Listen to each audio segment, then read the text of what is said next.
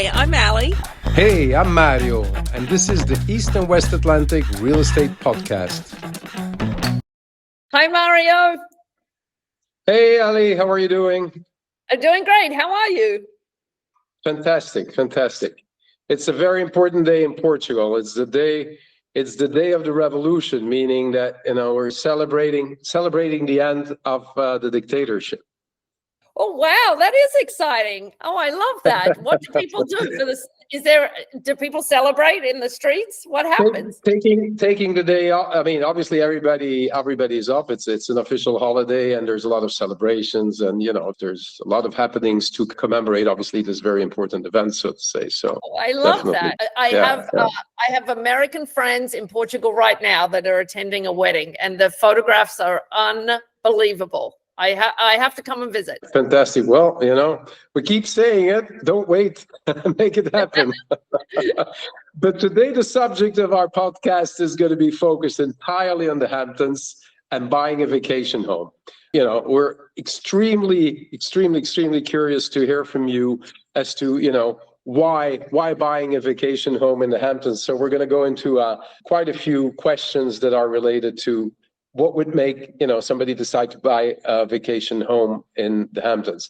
Now, what would be the major considerations that one has to make when it comes to buying a vacation home? So there's typically 2 or 3 profiles that we see here in the Hamptons of people buying a second home. There's folks that are how do I say this, that are wealthy enough to have a second home, maybe a third home, a fourth home. And that's very much the profile of a Hamptons buyer. There is another profile, however, that I see a lot, which is young couples or young individuals that are maybe considering buying the vacation home before they buy their first home. They might rent, say, in New York City, but they look at the vacation home and they say, okay, it would be great to have a vacation home, and potentially that's a home that I could spend time in for myself, but it's also a home that I could earn some money from renting out to someone else. And then the third profile is someone who's looking for that vacation home purely for investment. They don't plan on spending much time there at all. They want to maintain the home, and they want to have it as a vacation home that others can use and they can earn money from. Excellent. So basically, the factors they should take into consideration are very much related to the profile and what it is for that they want to invest into a vacation home, right? It's a combination of the profile of the customer and ultimately what they are looking for. Now, having said that, can you elaborate a little bit on that? Meaning, what really are the things they should take into consideration? Either way, if they're, buying their first vacation home as opposed to, the other 2 scenarios? Yeah, one of the things that because I have a lot of clients that fit into one of those profiles. And one of the things that we talk about with a vacation home is how much it's going to cost you to maintain that vacation home every year. So here in the Northeast of North America, the summers are glorious, but the winters can be really, really tough. So you need to be able to factor in the maintaining of the home when you're not there. It would be like buying a car and not saving any money to put gas in it, right? When you're buying a house, it's the same kind of thing, right? I tell people to typically factor between 3 and 5% of whatever they paid for the house. You should factor that every year to be able to maintain the house. It should be a consideration, whether or not you're renting it out to someone else or you're using it for yourself. It's something that I ask people to consider before they take the leap. Wise advice. It sounds like CapEx in a hotel where, the management company obliges the hotel owner to invest 3 to 4% yearly in maintenance. Very sound advice. Now, having said that, are there specific amenities or features that tend to attract buyers to buy vacation home properties? Oh, sure.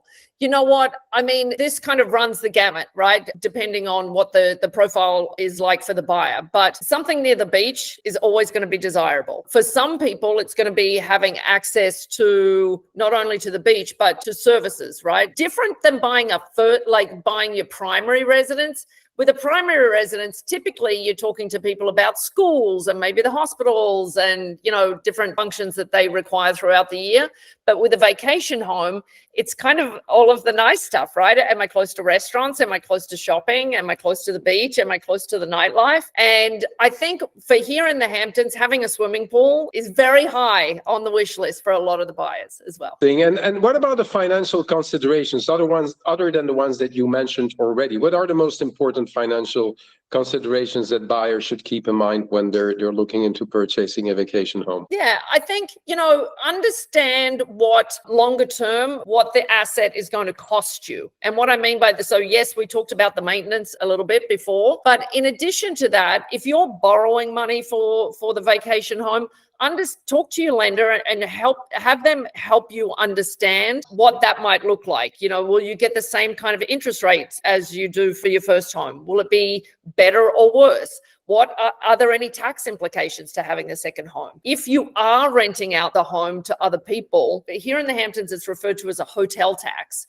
So if you rent to people short term, you owe 2.5% of whatever money that you earn from that rental. You owe that back to the local authorities. So I think understanding the big picture of what the home is going to cost you over time should be a really important part of your consideration. Right. So you could assist customers in sort of also making them aware as to what the rental income potential is, what basically property could possibly yield to help them in making that decision, right? Yes. And so what I typically do for my pure investment buyers, with some of my colleagues, we've developed a yield calculator.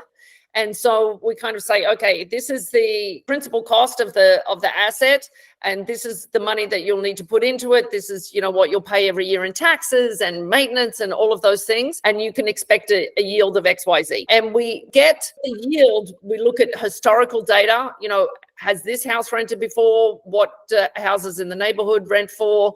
And the curve has kind of changed a little bit in the last few years, because during the pandemic here in the Hamptons, everything kind of doubled in price. So if you were a landlord during the pandemic, you were earning amazing money. But since life is kind of back to normal, we've kind of seen a more regular yield for our investors. It's interesting you mentioned that, because exactly the same happened in our country during the pandemic.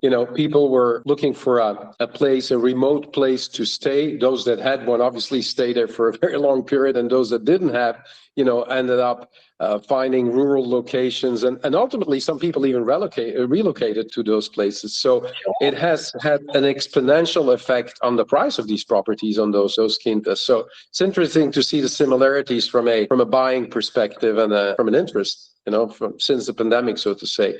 Now, having said that, with the Hamptons, have people gravitated towards specific areas when it comes to buying a vacation home within the Hamptons? Yeah. And so, before I talked about, what are kind of things on people's wish list, I mean, the main part of the Hamptons, which is on the South Fork of the east end of Long Island, New York, the Hamptons is a really skinny piece of land, right? It's a really finite piece of land. And for some people, they'll just go anywhere in the Hamptons. Now, other considerations might be, where do your friends spend time? If you're a foodie, maybe you want to be closer to one of the towns that has great restaurants. If you're an art lover, maybe that's a part of your consideration, because there's a lot of fantastic art galleries here in the Hamptons. If you're a surfer, you're probably going to look in a part of the Hamptons called Montauk, because that's really where the surf culture exists here in the Hamptons. Each year, it changes based on people's experience with how long is it going to take me to commute from New York City? Where's the closest airport? How long is it going to take me to get to town? How close is the train station back to the city? I think there's a handful of towns that are always going to be like ever popular: East Hampton, Southampton, Bridgehampton, Sag Harbor. But you know what? Anywhere in the Hamptons is a great place to be during the summer. Bottom line is, you can't go wrong in the Hamptons. Exactly.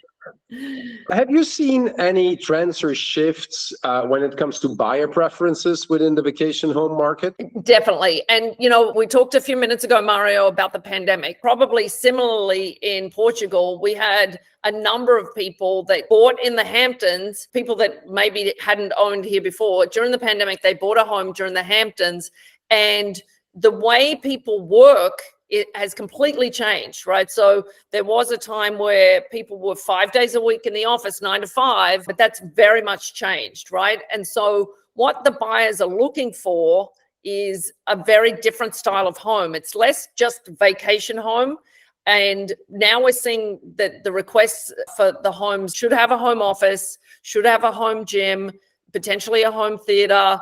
Like the considerations are very, very different from just a standard, 4-bedroom house with a pool. Not that people don't want that anymore, but buyers are a lot more consistent with what they're looking for to be able to work from their vacation home for half of the week. So it becomes basically a blend between a vacation home and a home in which you would live year round. 100%. Right? 100%. Yeah. What was considered just a summer home is a place to escape to all year now. That's really changed kind of the profile of the Hamptons in the last couple of years. Well, I can confirm that we've seen exactly the same trend.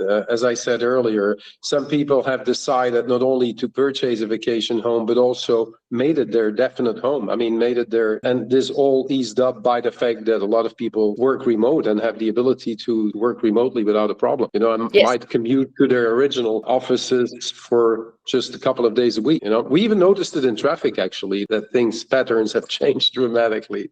Oh, definitely. Now, what advice would you give to buyers that are considering purchasing a vacation home, in particular those who want to buy it for the first time? Yeah, you know what? So, I mean, this is going to sound like a really obvious plug, but partner up with someone who knows what they're talking about, because each town might have slightly different rules. Each town in the Hamptons might have slightly different rules to the next, especially if you're someone that is used to living in an urban environment. Owning a house is quite different in terms of what's required from you as a homeowner. Being a responsible homeowner and someone that is able to get along with others in the community and able to afford the vacation home of their dreams. The first piece of advice I give to people is partner up with someone who knows the area and knows what they're talking about, because it can make the world of difference, especially if you're looking into a vacation home, like I said, that's going to be here. The home's going to be here year round, whether it's snowing, raining, sunny, even though you might not be. Make sure that you've got really good people around you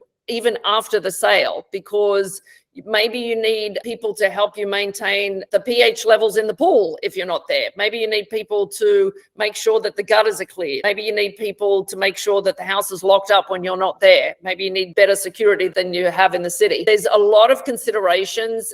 Make sure you've got a place. If you've got more than one car, make sure you've got a garage that's big enough. Like, there's a lot more to consider than just being in an apartment building in the setting. So make sure you surround yourself with people that can help you, that want to help you and know what they're doing. That, I guess, is also part of your job when helping people in finding the right vacation home, is pointing them in the direction of trustworthy people that can help them with all the aspects you touched upon, because it is indeed way more complex to have a vacation home as opposed to living in a place where everything is hunky-dory and you don't have to figure out all these additional things that come with the purchase of a vacation home. And that actually brings me to my last question. You must have helped a lot of people in finding a vacation home in the Hamptons. So why don't you share some of your most memorable experiences when it comes to identifying the right vacation home for one of your clients? I think one of the things that I love about my job, and I will never stop being in love with this, is when you're out with some people, whether it's a couple, individual, a whole family. You may have been looking for 2 or 3 weeks, 2 or 3 months, 2 or 3 days. When you walk into the place and everyone just knows it's the right place, it's kind of magical. People, you can see the kind of look come over their face like, wow, I can really picture myself here.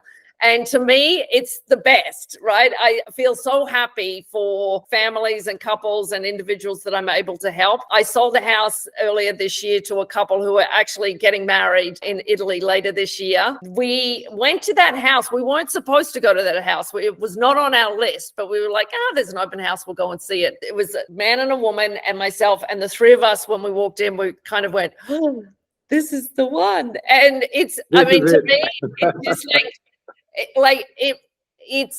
it's a really magical part of the job, and I feel so happy to be able to help people find it. Fabulous. Yeah, that's what really makes the job super satisfying. Well, it was extremely interesting to hear about, what to take into consideration when buying or thinking of buying a vacation home. And I would say there's only one person to talk to, for as far as I'm concerned, that's Ali, right? Ellie, thank you so much, and thank you to all the listeners as well and the viewers. And stay tuned for our next podcast, I would say. So, Ellie, goodbye, and thanks again. Thank you, Mario. See you soon. Take care. Bye bye.